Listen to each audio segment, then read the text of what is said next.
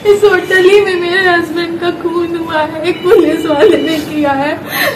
Please न्याय दिला दीजिए। आप देखिए बाकी सारी क्लिप, कहीं खून नहीं है, वो खून से लथपथ थे। गोरखपुर में मारे गए कानपुर के व्यवसायी मनीष गुप्ता की हत्या के मामले में नए नए मोड़ आते जा रहे हैं और अब तक यह मामला जो है पूरे देश में छा गया है, सुर्खियों में है।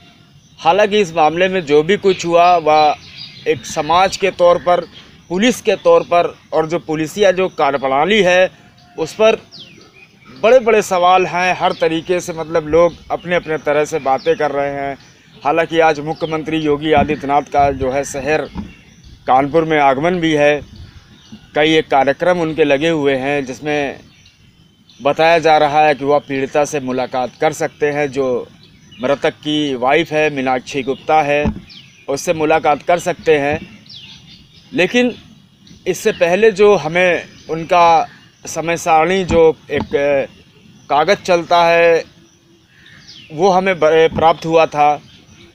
उस मुताबिक 12:15 बजे वह लखनऊ से निकलेंगे अपने निजी हेलीकॉप्टर या सरकारी हेलीकॉप्टर से, और उसके बाद पुलिस लाइन ग्राउंड में उतरकर वहां से कार द्वारा डीएवी कॉलेज जाएंगे। फिर डीएवी से फिर पुलिस लाइन जाकर हेलीकॉप्टर से उन्नाव चले जाएंगे।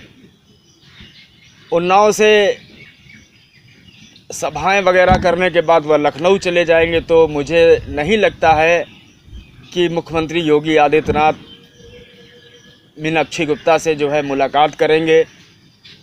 और लेकिन इस बीच यह ज़रूर हो सकता है कि वह इन लोगों को बुलवा ले और वहीं कहीं डीएवी में या किसी उसमें मुलाकात कर ले, जैसा कि पत्नी की डिमांड भी है। और इस बीच अभी जो ताज़ा जानकारी है उसके मुताबिक जो डेड बॉडी थी अभी तक रखी हुई थी घर के बाहर और उसे भिजवा दिया गया है, अंतिम संस्कार करवा दिया गया है। अभी सुबह की बात है, थोड़ी देर पहले की।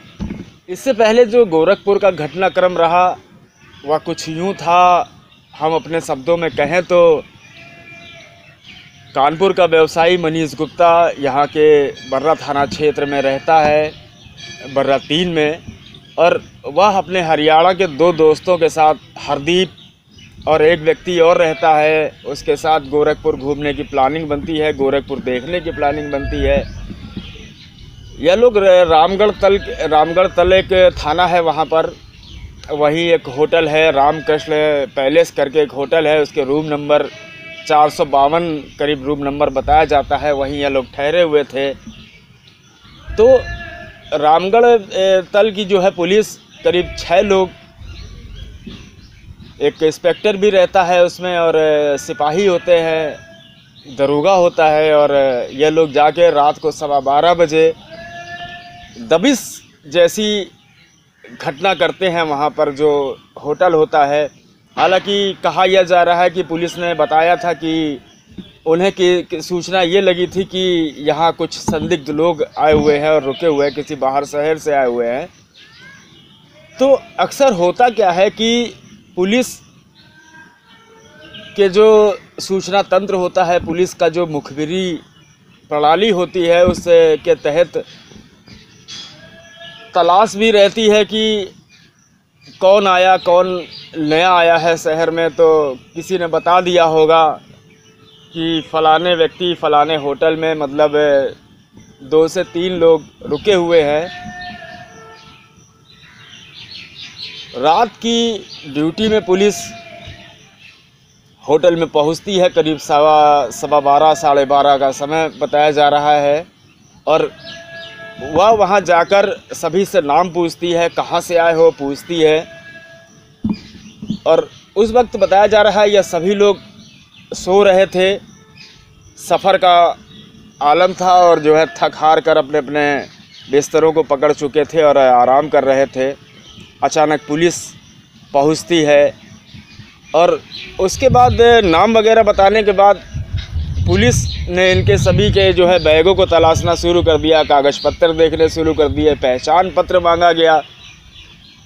तो इतने में जो व्यवसायी था मनीष गुप्ता, लोगों के मुताबिक उसने पुलिस से सवाल कर दिया कि हम लोग कोई आतंकवादी थोड़ी हैं। आप लोग हमें गलत समझ रहे हैं और इस तरीके से किसी को रात में जगाना या मतलब इतनी गहनता से पड़ताल करना ये कोई अच्छी बात नहीं है। बस इतना सुनते ही पुलिस अपना आपा खो देती है और व्यापारी की इस कदर पिटाई की जाती है कि उसे अस्पताल ले जाते उसकी मौत हो जाती है।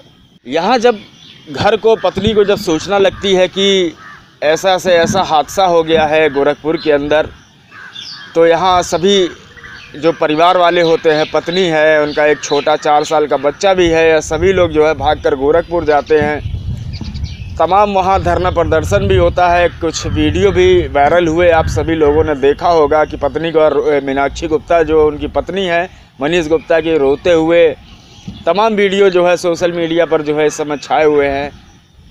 लेकिन इस बीच मैं आपको बताऊं, हमने जो पड़ताल की थी, जो ये सभी वीडियो मीनाक्षी गुप्ता के जो चल रहे हैं वह मीनाक्षी गुप्ता के ही जो है ट्विटर अकाउंट से डाले गए हैं यह वीडियो। और जिस दिन ये घटनाक्रम हुआ था गोरखपुर में, जिस दिन मनीष गुप्ता की मौत हुई थी, मीनाक्षी गुप्ता का ट्विटर अकाउंट उसी दिन बना है। मीनाक्षी गुप्ता ने 6 लोगों को कुल फॉलो किया है, जिनमें योगी आदित्यनाथ हैं, योगी आदित्यनाथ ऑफिस को फॉलो किया है, अखिलेश यादव को फॉलो किया है, 2-4 लोग और हैं जिनको फॉलो किया गया है और 600 से 700 के करीब उनके फॉलोअर बन गए हैं इस बीच।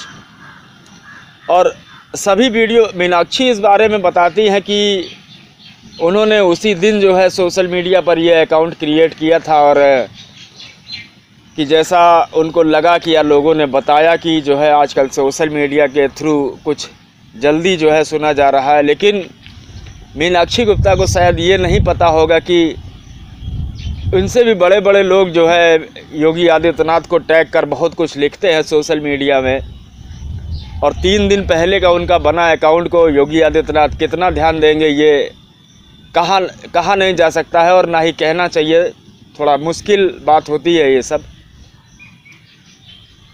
क्योंकि मुझे ऐसा लगा कि अगर मेरी सुनवाई, जैसा कि मैं अभी तक देखती आई हूँ और जो समझ पाई हूँ अपने अनुभव से, मुझे लगा कि मेरी सुनवाई, अगर मुझे अपनी बात को आप लोग के आगे रखना है तो वो फेसबुक, FB ऐसे काम नहीं चलेगा। मुझे सोशल मीडिया में हायर लेवल में, मैंने कहा सब में रखूँगी, इसलिए मैंने ट्विटर का सहारा लिया। उसी समय मैंने अकाउंट खोला और खोलने की वजह भी वही थी। अच्छा, किस दिन बनाया आपने ट्विटर पर अकाउंट? सेम डे जब मुझे ये पता हो गया कि मनीष अब हमें छोड़ के चले गए। थाने से भी एक वीडियो वायरल हुआ है कि थाने में जो DM वहाँ का SP SSP जो भी रहा वो अफसर, वह परिवार पर दबाव बना रहा था। इस पर भी हालांकि मीनाक्षी ने हमसे काफ़ी कुछ कहा। आप कृपया करके निष्पक्ष स्वतंत्र जांच करिएगा, इसके लिए मैं और कप्तान साहब स्वयं निगरानी करेंगे, ये मैं आपको आश्वासन देता हूं। मेरी बात इसमें रख लीजिए, मेरा अनुरोध मान लीजिए, मैं आपको एक बड़े भाई की कानून जो है उस पर आपको विश्वास और हमें भी, ठीक है, हम दोनों लोग मानते हैं। ये अनुरोध करूंगा कि विश्वास को आप मैं भी विश्वास रखता हूँ कि एक बार मुकदमा होने के बाद आपको अंदाजा नहीं है, मुझे पता नहीं कि आपको प्रक्रिया पता नहीं, सालों तक कोर्ट में ये है कि उनका पहले से तो कोई झगड़ा था नहीं, वो गए थे वर्दी पहन के गए, मैंने बताया ना कि क्यों हुआ है, मैंने आपको दिया है, इसीलिए हम आपकी बात सुबह से सुन रहे हैं। मैडम ने मुझे कहा कि आप निलंबित कर दीजिए, मैंने कर दिया, और तब तक बाहर नहीं होंगे जब तक उनको क्लीन चिट न मिल जाए, नौकरी में बाहर। मुझे नौकरी उनकी नहीं चाहिए भैया, मुझे उनको पूरी तरीके से नौकरी से हटाइए। मुझे या तो मुझे जान के बदले जान चाहिए। आप साफ सीधे समझिए। प्रेशराइज करता रहा, दबाव बनाने का प्रयास किया आप लोगों को कि मुकदमा मत लिखाइए। हाँ, उन्होंने ऐसा करा था कि आप मुकदमा नहीं लिखाइए। उन्होंने मेरे पूरे परिवार को बैठाला था और दोनों लोगों ने कहा था कि हम मुकदमा दाखिल करेंगे नहीं, क्योंकि आप बात समझिए, वो लोग ऑन ड्यूटी थे, ऐसा नहीं कर सकते हम लोग के बहुत ज़्यादा कोशिश करने के बाद हम लोग अनशन में भी बैठ गए थे। अनशन में बैठे हुए थोड़ी देर हुई थी, फिर उन्होंने कहा था उस जो रिपोर्ट थी में हमारी एप्लीकेशन थी उसमें थोड़ा सा चेंजेस किया। हम लोगों ने 6 लोगों के प्रॉपर नाम दिए थे कि इन लोगों ने ऐसा किया है तो ऐसा होना चाहिए, बट उन्होंने कहा कि ऐसा नहीं कर सकते। बहुत लास्ट में उन्होंने 3 नाम हटवा दिए और 3 नाम रखे हैं। और 3 को अज्ञात नाम दे दिया गया। आपने पूछा नहीं है, सवाल नहीं उठाया मैडम? उस समय मुझे लग रहा था FIR ही दर्ज नहीं हो रही है। गोरखपुर में मैं सुबह से गई थी, मेरे पापा गए थे, मेरे ससुर जी गए थे और मेरा 4 साल का बच्चा और मेरा भांजा दुर्गेश। अब हम 4 वहाँ पे अकेले थे। सुबह से कोई नहीं था, कोई खबर नहीं, कोई हेल्प करने वाला नहीं। हम और दुर्गेश कितना कर पाते? 4 साल का बच्चा भी देखना है, दोनों बुज़ुर्ग पिताजी थे, उनको भी देखना है। मेरी भी तबीयत नहीं सही थी, मुझे वो भी देखना था। और उस दौरान मेरी तबीयत भी ख़राब हो गई थी, इतनी स्टेज ख़राब हो गई थी कि मैं खड़ी नहीं हो पा रही थी। मुझे इन्फेक्शन की बहुत हाई लेवल पे और डिहाइड्रेशन की प्रॉब्लम हो गई थी, क्योंकि मैं खाना पीना बंद कर चुकी थी। तो ये सब प्रॉब्लम होने की वजह से ये हुआ कि FIR फ़िलहाल तो दर्ज हो ही जाए। जो यहाँ पर जब जो है डेड बॉडी लाई जाती है, यहाँ भी बताया जा रहा है पुलिस ने, मतलब एक SDM जो यहाँ कानपुर में SDM है, उन्होंने 10 लाख रुपए की चेक ले जाकर जो है दी। और लेकिन इसमें मीनाक्षी का कहना है कि हमने तो 10 लाख रुपए की चेक मांगी नहीं है, हमें तो न्याय चाहिए और दोषियों को सज़ा दी जाए, उन्हें जेल भेजा जाए। और मीनाक्षी बार बार सिर्फ एक ही डिमांड रख रही है कि योगी आदित्यनाथ से उसकी मुलाकात कराई जाए, उसे न्याय दिलाया जाए। मैंने 10 लाख रुपए कभी मांगे ही नहीं थे। मैंने वहाँ पे सिर्फ गोरखपुर में एक डिमांड रखी थी, जो मेरी पहली डिमांड थी कि मैं PM तब कराऊंगी जब आप लोग उनको बर्खास्त कर देंगे। वो हो नहीं सकता था, ऐसे नहीं हो सकता, डायरेक्ट नहीं हो सकता, ये नहीं कर सकते। तो उन्होंने कहा ठीक है, तो उसको सस्पेंस कर दीजिए।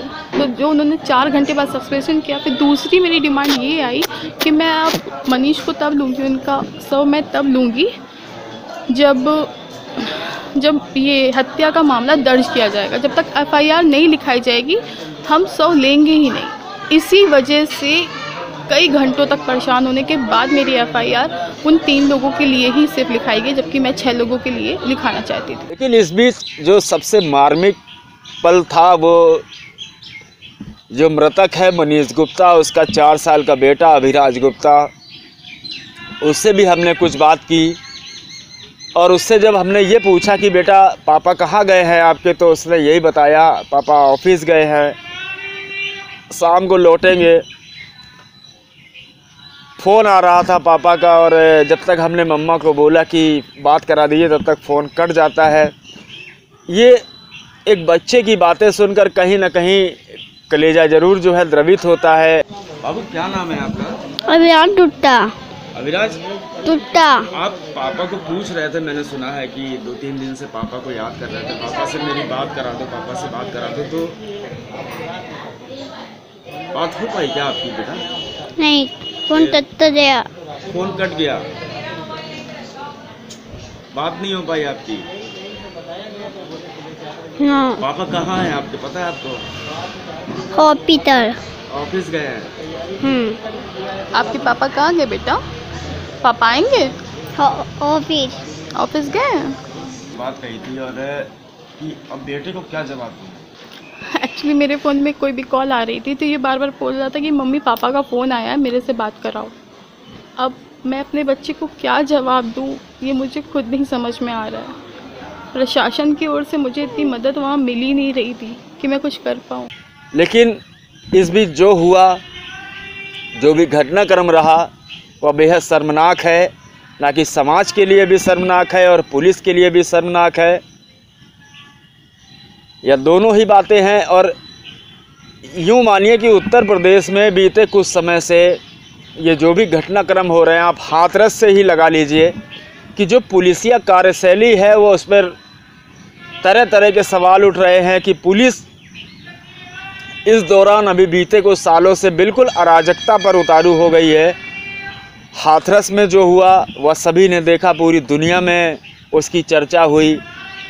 बलिया में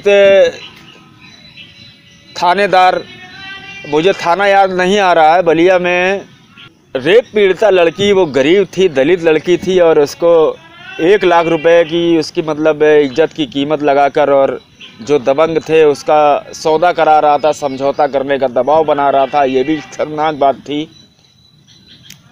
उसके बाद ये कल्याणपुर में घटनाक्रम हुआ। अमूल डेयरी मॉडल डेयरी वाला जो प्रतीक वैश्य था, उसने के दरिंदगी से जो है लड़की को 10वीं मंजिल से फेंक कर मार दिया गया था। इस मामले में भी जो पुलिसिया प्रणाली थी उसमें भी सवाल उठे थे। और इसके बाद ये जो अब घटनाक्रम हुआ है मनीष गुप्ता का गोरखपुर में, तो पुलिस बीते कई जो है समय से निरंकुशता पर जो है उतारू हो गई है। पुलिस अपने मन से जो है सब काम कर रही है, इसमें कोई दबाव नहीं है, कोई किसी का कोई आदेश नहीं होता। और यकीन जानिए इसके बाद आज योगी आदित्यनाथ शहर भी आ रहे हैं और पुलिस पर, प्रशासन पर, यहाँ स्थानीय जो प्रशासन है, कमिश्नरी लगा दी गई थी कानपुर में, आप सभी को पता है। तो काफ़ी दबाव भी है कि मामले को तुरंत रफा दफा किया जाए। इसके अलावा तमाम विरोधी जो दल हैं, विपक्षी दल हैं, उनका प्रतिनिधिमंडल, समाजवादी पार्टी का एक प्रतिनिधिमंडल, कांग्रेस का एक प्रतिनिधिमंडल मृतक के घर जाएगा, पीड़िता से मुलाकात करेगा। तो आज का पूरा दिन शहर में काफ़ी गहमा गहमी रहने वाली है। विरोध भी हो सकता है तमाम तरीके से। प्रशासन को इस नाते भी जो है मुस्तैदी दिखाने के लिए जो है दबाव है। और भी तमाम बातें प्रशासन को जो है फॉलो करनी है, बताई जा रही हैं, निर्देश दिया जा रहा है ऊपर लखनऊ से। तो आज ये देखना ये रहेगा कि मुख्यमंत्री योगी आदित्यनाथ के आगमन पर कितना विरोध हो पाता है। और उससे भी बड़ी जो देखने वाली बात रहेगी कि क्या योगी आदित्यनाथ पीड़िता से यानी मीनाक्षी गुप्ता से मुलाकात करेंगे। और मुलाकात करते हैं तो ये दोनों के लिए ही ठीक रहेगा। जैसी कि यहाँ चर्चाएं हैं कि लोग बाकी यह भी कह रहे हैं कि चुनाव है, चुनाव का समय है, ऐसे में मुलाकात मुख्यमंत्री को करनी चाहिए या कर भी सकते हैं।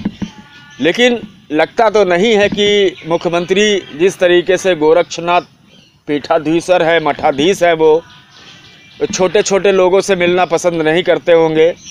और उनकी जो शैली है या जो तेवर हैं उनके, उस मुताबिक तो नहीं कहा जा सकता है कि वो मुलाकात करेंगे। हालांकि बुला सकते हैं, वो अलग बात है, बुलाकर मिल सकते हैं। लेकिन मुख्यमंत्री अगर ये कहा जाए कि चलकर घर आएंगे, मुलाकात करेंगे। न गोदी मीडिया, न विरोधी मीडिया, न इसकी मीडिया, न उसकी मीडिया। हम हैं जनता की मीडिया, जनज्वार। जनज्वार की हर खबर को जन जन तक पहुंचाने के लिए फेसबुक पेज को फॉलो करें, शेयर करें।